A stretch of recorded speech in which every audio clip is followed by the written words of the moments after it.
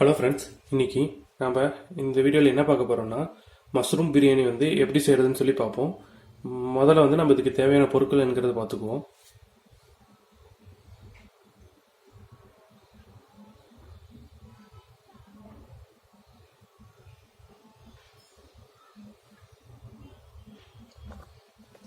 இப்போ குக்கரை எடுத்துக்கோங்க.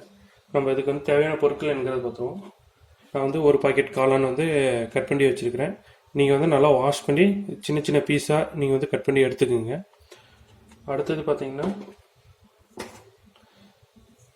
தக்காளி, 4 தக்காளி, சின்ன தக்காளி 4 எடுத்துருக்கேன். அப்புறம் பெருவெங்காயம் 1. அப்புறமேல் பார்த்தீங்கன்னா பச்சை மிளகாயை 4 பச்சை மிளகாய் வந்து நான் பாதியாக வெட்டி வச்சுருக்கேன். அப்புறம் தேவையான அளவு கருவேப்பிலை.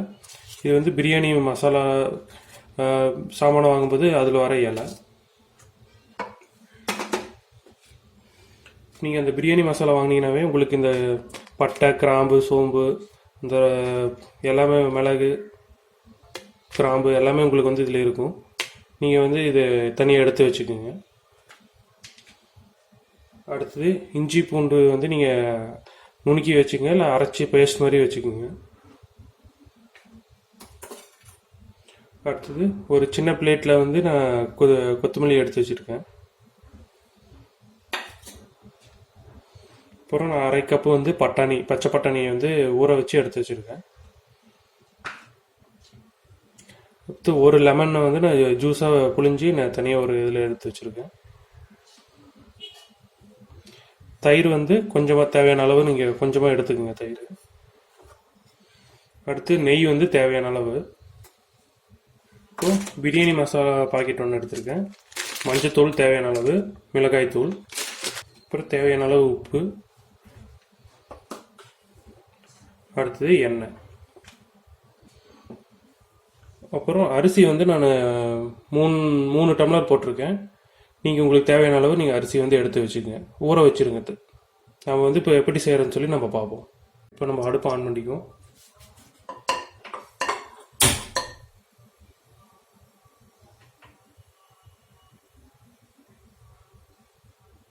இப்போ எண்ணெய் ஊற்றிக்குவோம். எண்ணெய் வந்து நீங்கள் தேவையான அளவுக்கு ஊற்றிக்கிங்க. எண்ணெய் நல்லா சூடானதுக்கப்புறமேல நம்ம நெய்யை ஆட் பண்ணிக்குவோம். இப்போ நம்ம நெய்யை ஆட் பண்ணிக்குவோம்.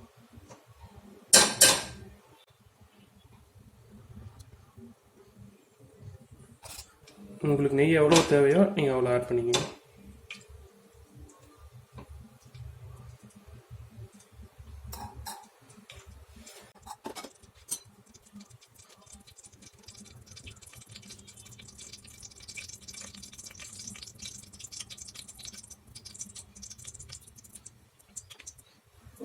இப்போ நம்ம இந்த பிரியாணி சாமானை வந்து நம்ம ஆட் பண்ணிக்குவோம்.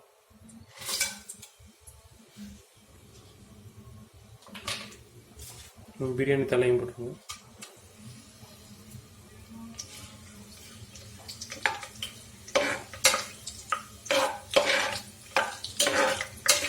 இது போட்டாவே நம்மளுக்கு வந்து வாசனை வந்து ரொம்ப நல்லாயிருக்கும்.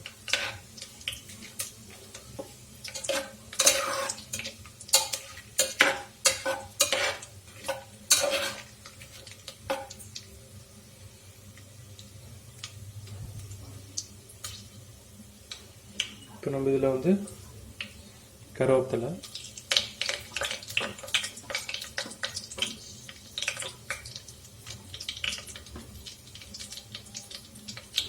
அடுத்ததான் பச்சை மிளகா,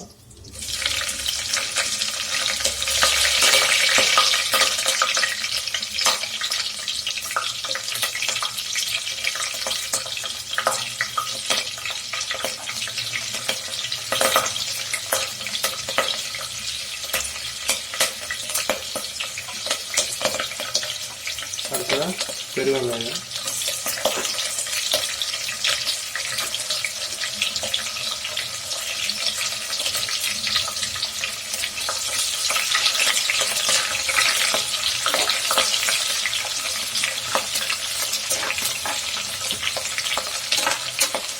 பெருவெங்காயம் மஞ்சளாக வழங்குற வரைக்கும் கொஞ்சம் விட்டுருங்க.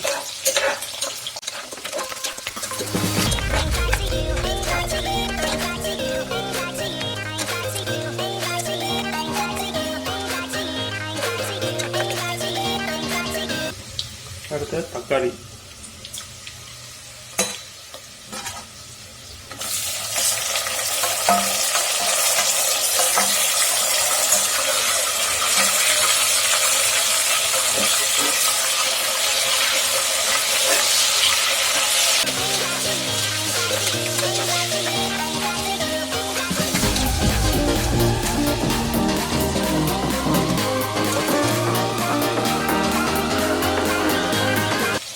இப்போ இதில் நம்ம இந்த இஞ்சி பூண்டு நுணுக்கி வச்சது, நீங்கள் வேணால் பேஸ்ட்டாக இருந்தாலும் நீங்கள் பேஸ்ட் ஆட் பண்ணிக்கலாம்.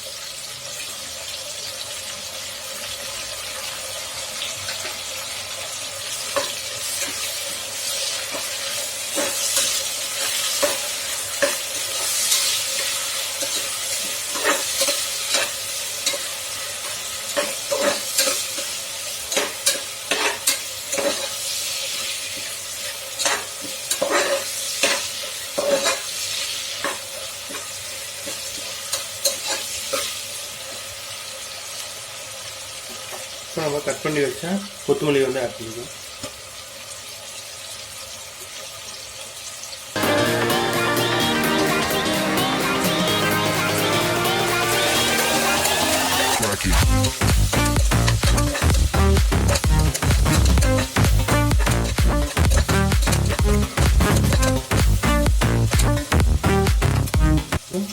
பச்சை பட்டாணி,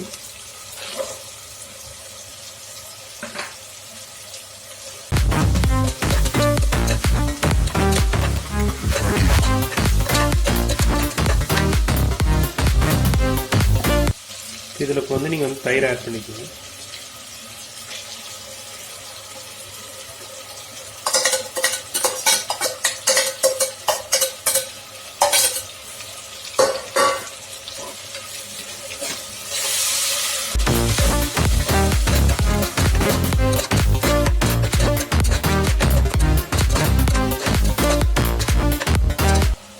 இப்போ வந்து மசாலா, மஞ்சத்தூள், ஃபஸ்ட் மஞ்சத்தூள் கொஞ்சம் ஆட் பண்ணுங்க.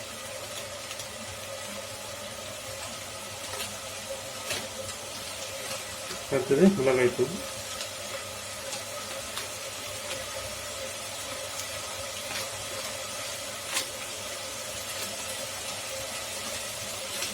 அடுத்ததாக பிரியாணி தூள்,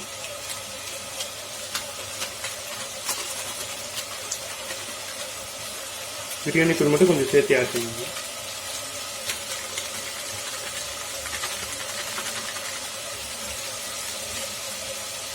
போட்டு நல்லா கலந்துக்கணும்.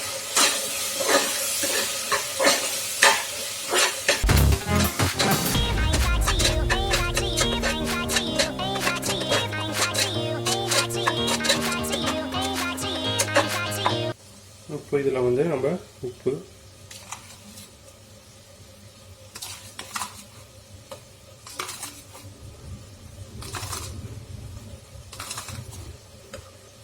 உப்பு வந்து இப்போ தேவையான அளவு ஆட் பண்ணிங்க. அப்புறம் கடைசியாக அரிசி போட்டதுக்கப்புறமேட்டு அதோட டேஸ்ட்டு பார்த்துட்டு நீங்கள் அப்புறம் பத்தலைன்னா நீங்கள் ஒன்று கொஞ்சம் ஆட் பண்ணுங்கள்.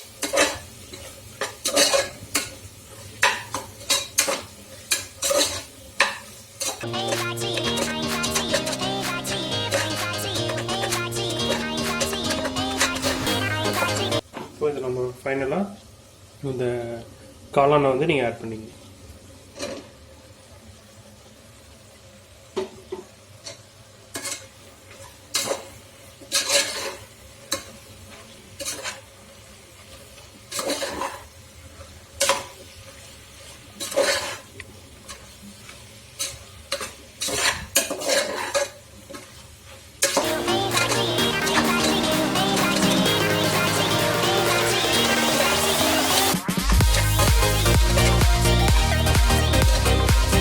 இப்போ இதில் லெமன், புளிஞ்சி வச்ச லெமன் ஜூஸை நீங்கள் லைட்டாக ஆட் பண்ணுங்க.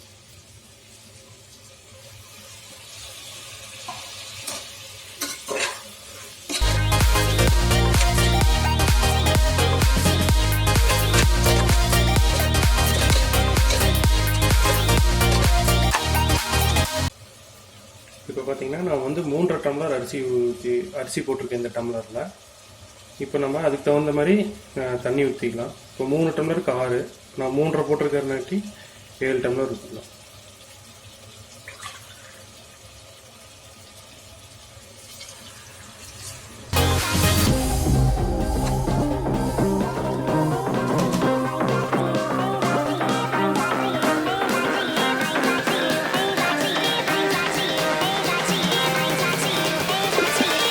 தண்ணி ஊற்றிட்டு தண்ணி கொதிச்சதுக்கப்புறமேல நம்ம வந்து அரிசியை ஆட் பண்ணிக்கலாம்.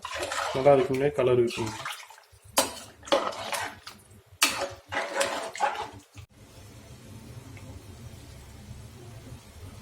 இப்போ பார்த்திங்கன்னா நல்லா கொதிக்க ஆரம்பிச்சிருச்சு. நாம் வந்து இதில் வந்து அரிசி ஆட் பண்ணிக்கலாம். அரிசி பார்த்திங்கன்னா நான் ஊற வச்சு எடுத்து போடுறேன். நார்மல் அரிசி தான், சாப்பாடு செய்கிற அரிசி. நீங்கள் இதே வந்து பாஸ்மதி ரைஸ்லேயும் நீங்கள் வந்து செய்யலாம்.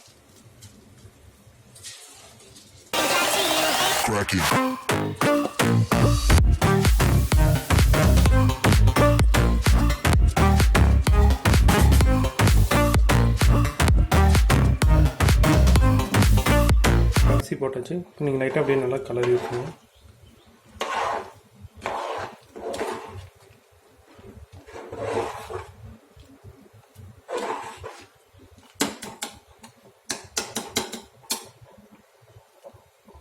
இப்போது இதோட டேஸ்ட் கொஞ்சம் பார்த்துக்குங்க. உப்பு, காரம் இப்போ நம்ம வந்து இப்போ பார்க்கும்போது நமக்கு லைட்டாக கொஞ்சம் அதிகமாக இருந்தால் சாப்பாடு வெந்ததுக்கப்புறமேலும் உங்களுக்கு கரெக்டாக இருக்கும்.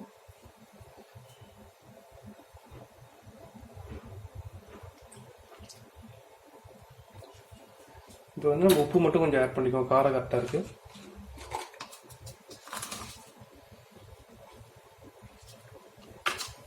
உப்பு மட்டும் கொஞ்சமாக நான் ஆட் பண்ணிட்டேன்.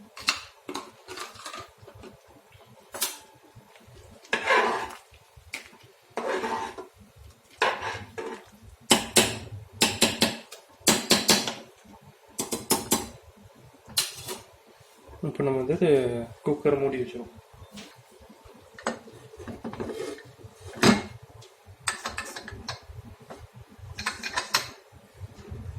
இப்போ நம்ம 3 விசில் விட்டதுக்கு அப்புறமேல சாப்பாடு எப்படி இருக்குன்னு சொல்லி பார்ப்போம்.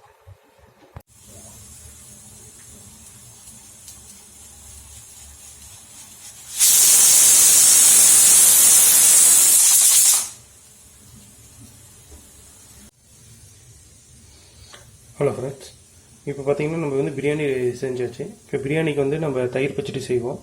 இதுக்கு என்னென்ன வேணும்னா, ஒரு பெருவங்காயம் கட் பண்ணி வச்சுங்க, கொஞ்சமாக வந்து கொத்தமல்லி தழை, நான் வந்து 2 பச்சை மிளகாய் வெட்டி போட்டிருக்கேன். அதுக்கப்புறமேலு தயிர் 1 கப்பு. இப்போ பார்த்தீங்கன்னா தயிர் வந்து கொஞ்சம் ரொம்ப கெட்டியாக இருக்குது, அதனால் கொஞ்சம் நான் வந்து லைட்டாக உங்களுக்கு தண்ணி ஆட் பண்ணிக்கிறேன். ஆட் பண்ணிட்டு நல்லா கலக்கிக்கணும்.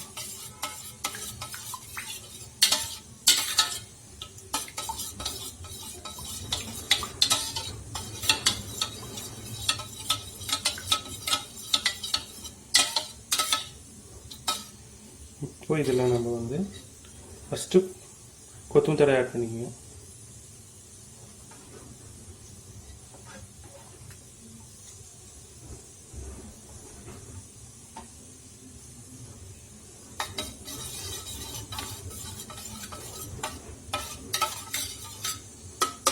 இதில் வந்து பச்சை மிளகாய்,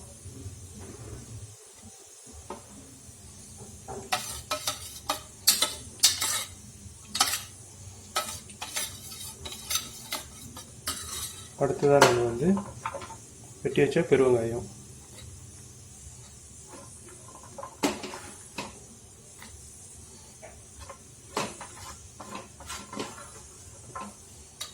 இப்போது நீங்கள் நல்லா மிக்ஸ் பண்ணிவிட்டுங்க.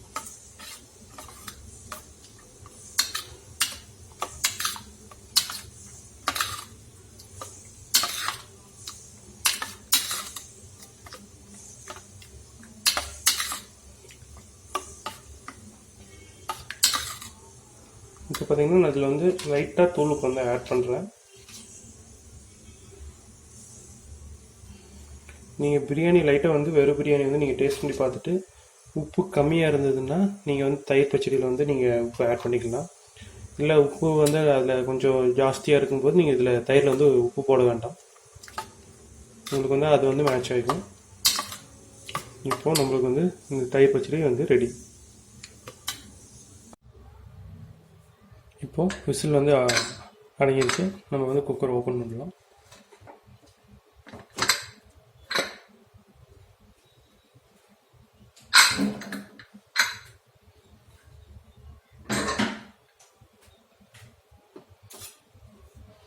இப்போது நீங்கள் வந்து கலரி விட்டுருங்க.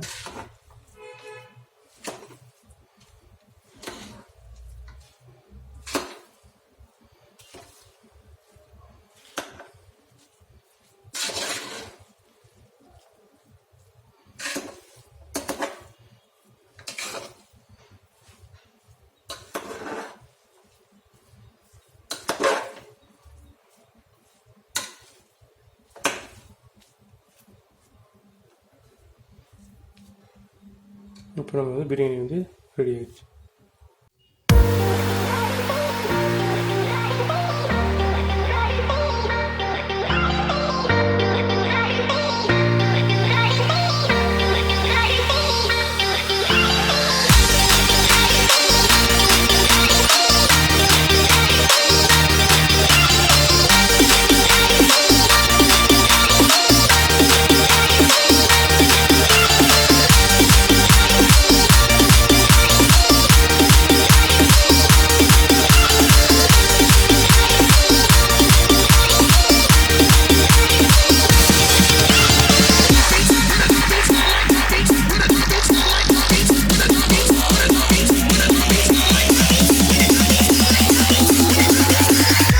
பண்ணாலும் கலக்கலா பண்ணி வைக்கணும். அப்பதான் நாம செய்யற சமையல் மனம் குணம் எல்லாம் நிறைந்து வாசனைக்கு மூக்கு வாயிலெல்லாம் ஜொல்லு ஊத்தணும்.